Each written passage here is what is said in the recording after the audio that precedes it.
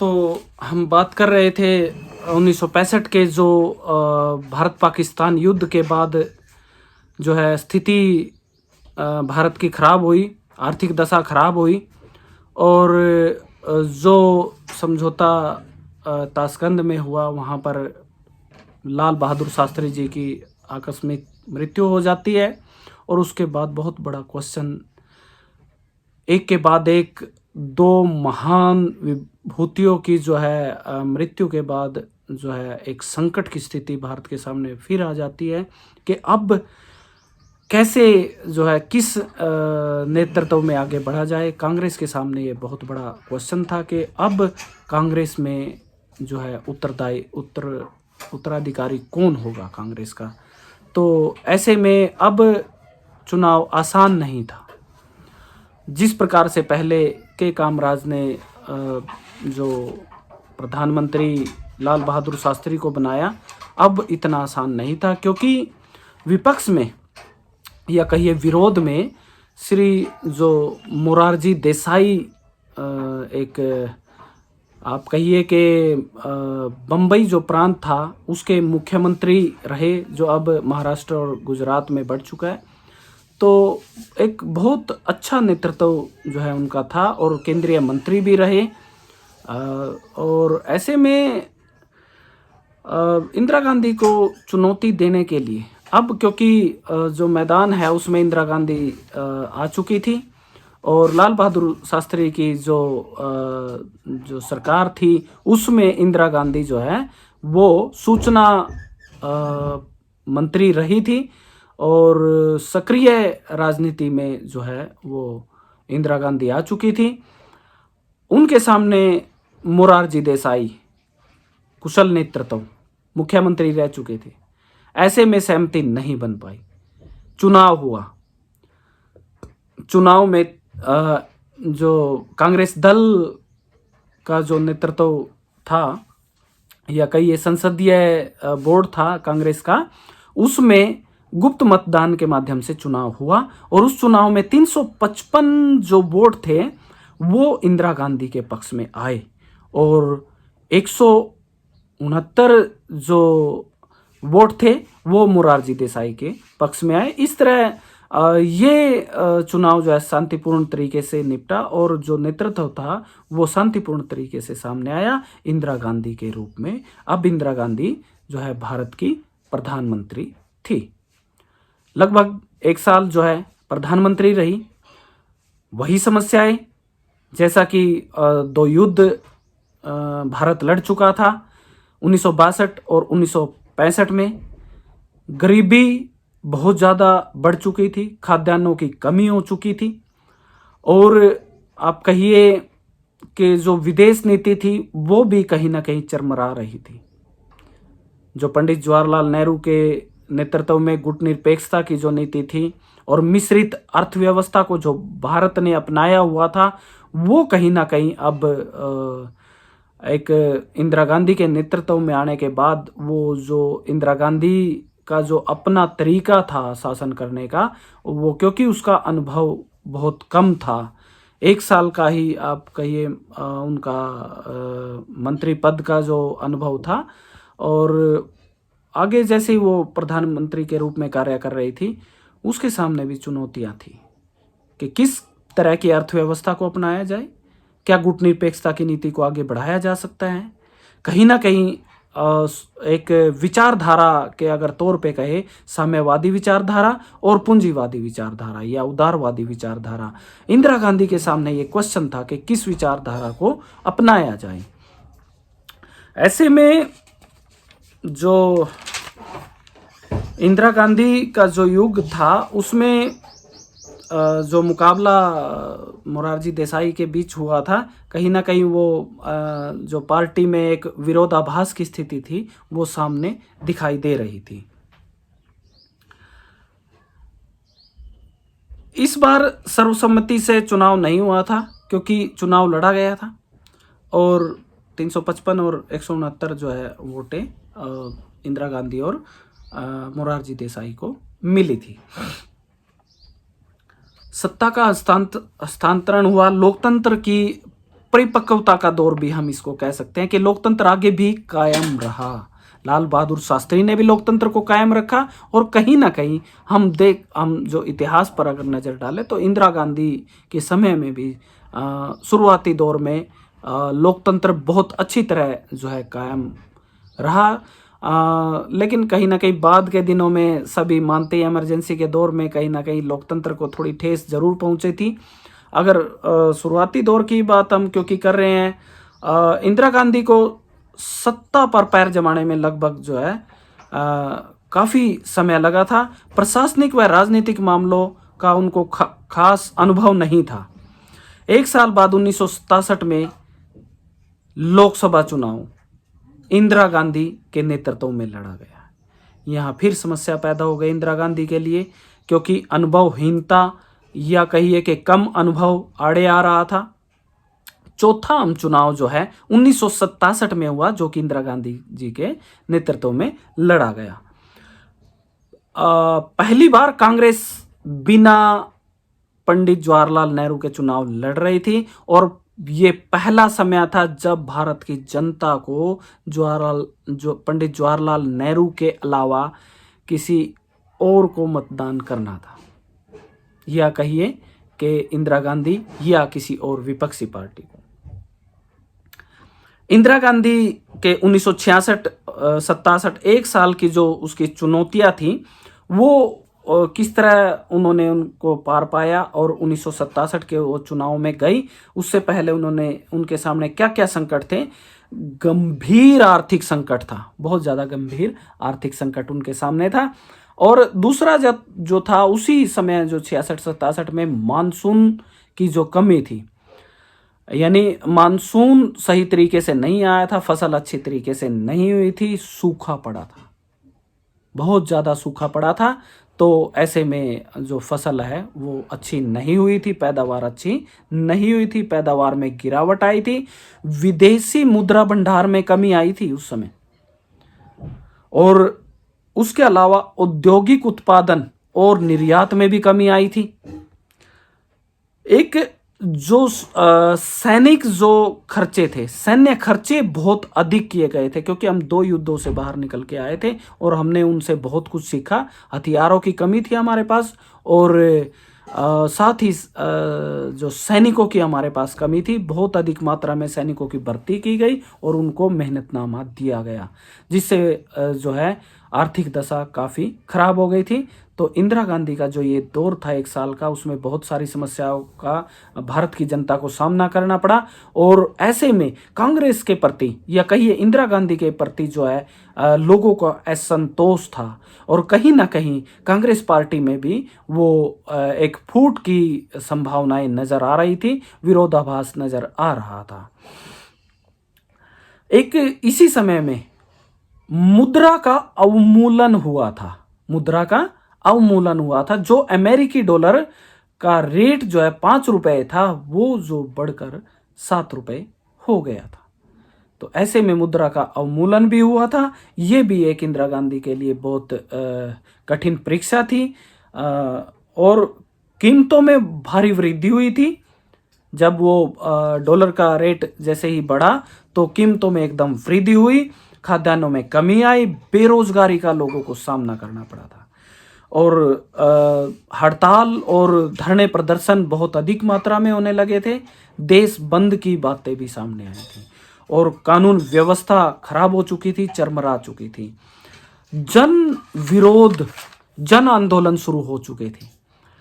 यही वो दौर था जब लोग जागरूक हुए और पहली बार कांग्रेस को जो है विरोध का सामना करना पड़ा था।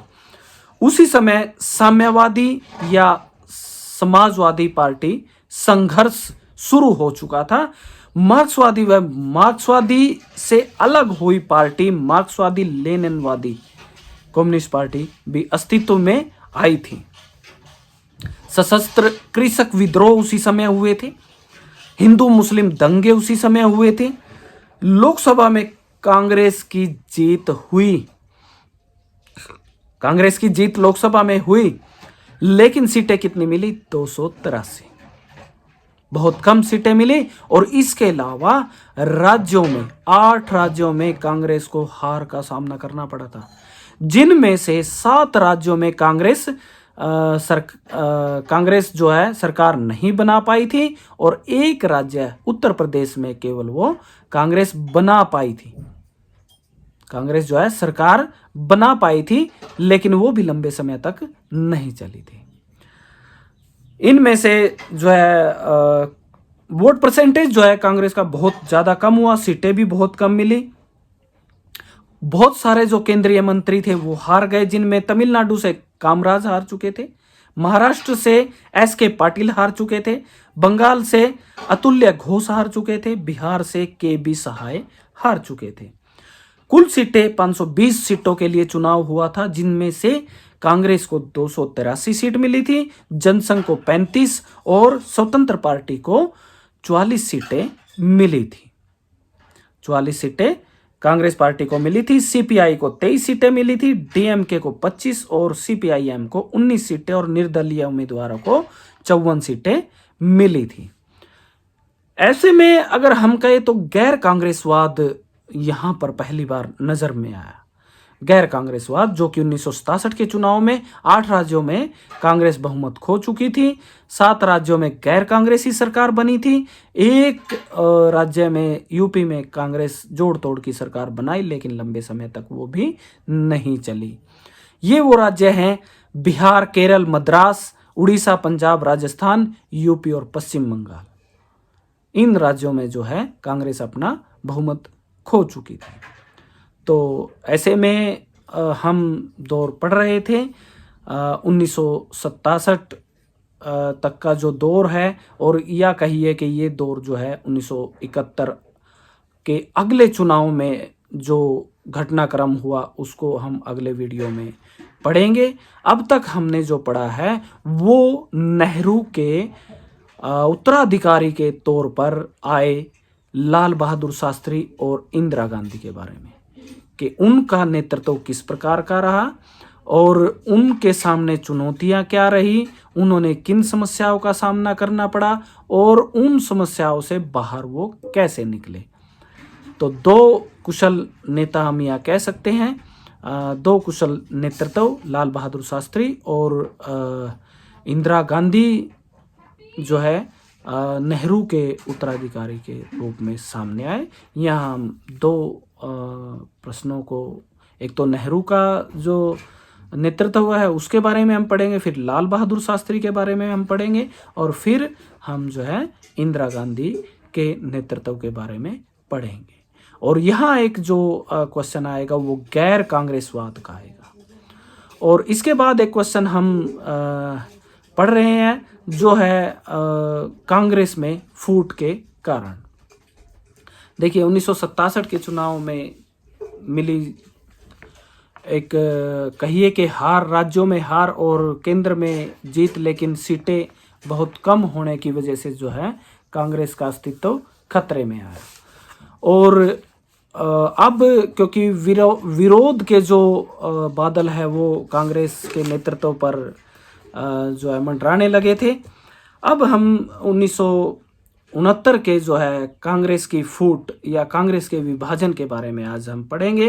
अभी क्या क्या कारण रहे कांग्रेस का विभाजन हुआ 1969 में, क्या उसके मुख्य कारण रहे। इसमें सबसे पहला तो हम कहेंगे कि इंदिरा गांधी की जो भूमि सुधार जो नीति थी वो उसने लागू करी, बैंकों का राष्ट्रीयकरण किया था, और राष्ट्रपति के पद के लिए कांग्रेस के आधिकारिक उम्मीदवार नीलम संजीवा रेड्डी के विरुद्ध अपना उम्मीदवार वीवी गिरी खड़ा करना।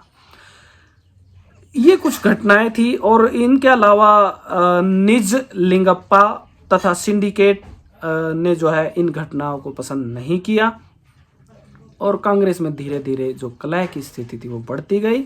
तो हम मुख्य कारण के तौर पर अगर देखें तो मुख्य कारण के तौर पर हम पहला कारण तो ये मानेंगे कि दक्षिणपंथी एवं वामपंथी विषय पर कलह। यानी एक तरफ तो दक्षिणपंथी यानी राइट विंग के लोग थे और दूसरी तरफ लेफ्ट विंग के लोग थे, यानी वो छोटी पार्टियां, क्षेत्रीय पार्टियां हम उनको कह सकते हैं। और उनके साथ मिलकर चुनाव लड़ने का एक विचार जो है कांग्रेस में आया। उसमें कहीं ना कहीं कुछ लोगों का विचार था कि हम राइट के साथ जाएं और कुछ लोगों का विचार था हम लेफ्ट के साथ जाएं, यानी दक्षिणपंथी के साथ जाए या वामपंथी के साथ जाए। यहाँ पर विचारधारा जो है अलग अलग थी कांग्रेस की, और मंथन हुआ। तो ऐसे में जो 69 का जो विभाजन हुआ ये राइट और लेफ्ट विंग के साथ समझौते को लेकर के हुआ। अगला जो कारण है बंटवारे का, कांग्रेस में बंटवारे का जो कारण है विभाजन का, वो राष्ट्रपति के पद का उम्मीदवार जो है घोषित किया जाना था। 1967 में होने वाले राष्ट्रपति के चुनाव को लेकर मतभेद था। इंदिरा गांधी जहां जाकिर हुसैन को राष्ट्रपति पद का उम्मीदवार बनाना चाहती थी, वहीं कामराज जैसे कांग्रेसियों ने इसका विरोध किया था, यानी वो नहीं चाहते थे कि जाकिर हुसैन राष्ट्रपति के तौर पर सामने आए, उनका उम्मीदवार बने। अगला जो कारण है सिंडिकेट और युवा तुर्क के बीच में जो आपसी कलह था वो भी एक सामने आया, और उसकी ये भी एक वजह बनी जिसे कांग्रेस का विभाजन हुआ। कांग्रेस पार्टी के विभाजन के तौर पर अगर युवा तुर्क की बात करें तो चंद्रशेखर, चरणजीत यादव, मोहन धारिया, कृष्णकांत और R.K. सिन्हा जो है नेता थे युवा तुर्क के, तथा दूसरी तरफ जो सिंडिकेट के जो नेता थे कामराज, S.K. पाटिल, अतुल्य घोष और निज लिंगप्पा, इनके बीच जो है ये मतभेद था बैंकों के राष्ट्रीयकरण को लेकर के, और प्रीवी पर्स जो था, जो राजाओं को प्रीवी पर्स मिलता था, उन दोनों बातों पर इनका मतभेद था। जो युवा तुर्क थे वो इसको बैंकों के राष्ट्रीयकरण को नहीं इसको मतलब समाप्त करना चाहते थे, और वहीं सिंडिकेट इसका विरोध कर रहा था। सिंडिकेट ने इसका विरोध किया। 1969 का राष्ट्रपति चुनाव जो हुआ ये भी एक कारण रहा। 69 में जो जाकिर हुसैन की मृत्यु के पश्चात देश का राष्ट्रपति कौन बनेगा, एक विषय पर कांग्रेस में मतभेद था कि अब राष्ट्रपति चुनाव कौन लड़ेगा। यहाँ पर नीलम संजीवा रेड्डी का नाम राष्ट्रपति पद के लिए अनुमोदित किया गया, जिसे स्वीकार कर लिया गया, परंतु श्रीमती गांधी इससे संतुष्ट नहीं थी, इंदिरा गांधी इससे संतुष्ट नहीं थी। उन्होंने अपनी पार्टी के आधिकारिक उम्मीदवार के विरुद्ध अपना उम्मीदवार वीवी गिरी को खड़ा कर दिया था। वीवी गिरी चुनाव जीत गए थे, यानी पहली बार हुआ कि कांग्रेस ने अपना उम्मीदवार खड़ा किया लेकिन उसको वोट नहीं किया और वो हारा, यानी जीत वीवी गिरी को मिली। और ऐसे में ये मतभेद इससे बहुत ज़्यादा गहरे होते चले गए।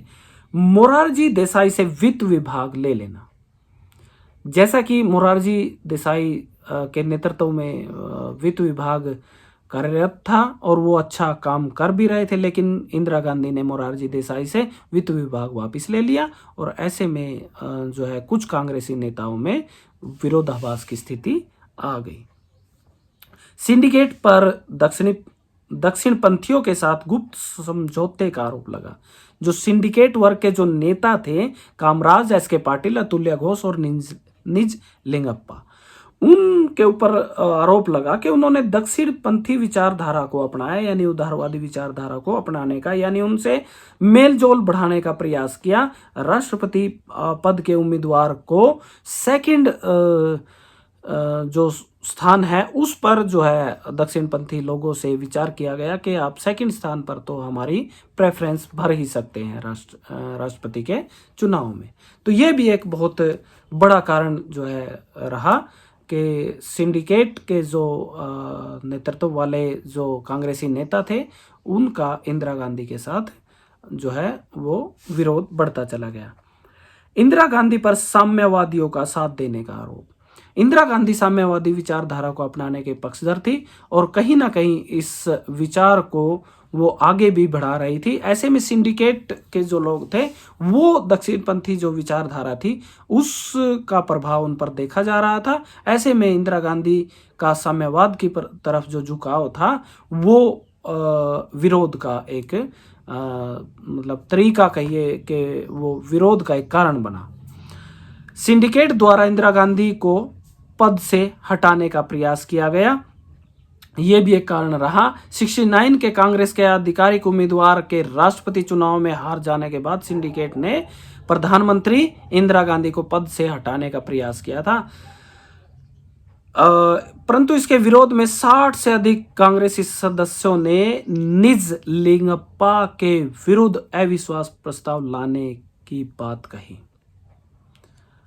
संसदीय बोर्ड की बैठक हुई और जो विश्वास मत है वो इंदिरा गांधी के पक्ष में रहा। तो ये कुछ ऐसे कारण हैं जिनसे जो 1969 में कांग्रेस में फूट के कुछ ये कारण रहे। तो यहाँ छात्रों से देखिए, वीडियो बनाने का कोई मेरा ऐसा मतलब नहीं है कि मैं यूट्यूब पे इसको अपलोड करके कोई इनकम या कुछ और ऐसा नहीं। सिर्फ मेरा एकमात्र उद्देश्य है अपने स्टूडेंट से जुड़ने का। लॉकडाउन के इस समय में मैं अपने स्टूडेंट से जुड़ना चाहता हूँ और कहीं ना कहीं मुझे लगता है कि उनको जो एक टीचिंग की ज़रूरत है और एक एक्सप्लेनेशन किताबें भी अवेलेबल नहीं है, वो भी हम PDF के माध्यम से बच्चों को उपलब्ध करा रहे हैं। तो आप सभी कृपया ये वीडियो ध्यान से देखें। और जो क्वेश्चन बन रहे हैं, तो इसमें मुख्य क्वेश्चन जो बनते हैं, पंडित जवाहरलाल नेहरू के बाद कांग्रेस का उत्तरदायित्व पर एक नोट लिखे, उत्तराधिकार पर नोट लिखे। दूसरा, इसमें 1967 के गैर कांग्रेसवाद एवं चुनावी बदलाव का वर्णन कीजिए। तीसरा है 1969 में कांग्रेस के विभाजन के क्या कारण रहे। तो ये 3 जो है क्वेश्चन यहाँ पर हमारे सामने आते हैं। एक गैर कांग्रेसवाद का भी, इसमें हम राम मनोहर लोहिया का जो है नाम ले सकते हैं। वो एक समाजवादी नेता के तौर पर सामने आए थे और उन्होंने जो है स्वतंत्र पार्टी के साथ काफ़ी काम किया और एक नेतृत्व देने का प्रयास किया, लेकिन इसमें वो ज़्यादा सफल नहीं हो पाए थे। तो गैर कांग्रेसवाद में उन्होंने महत्वपूर्ण भूमिका निभाई थी। तो ये प्रश्न आप सभी छात्र करेंगे।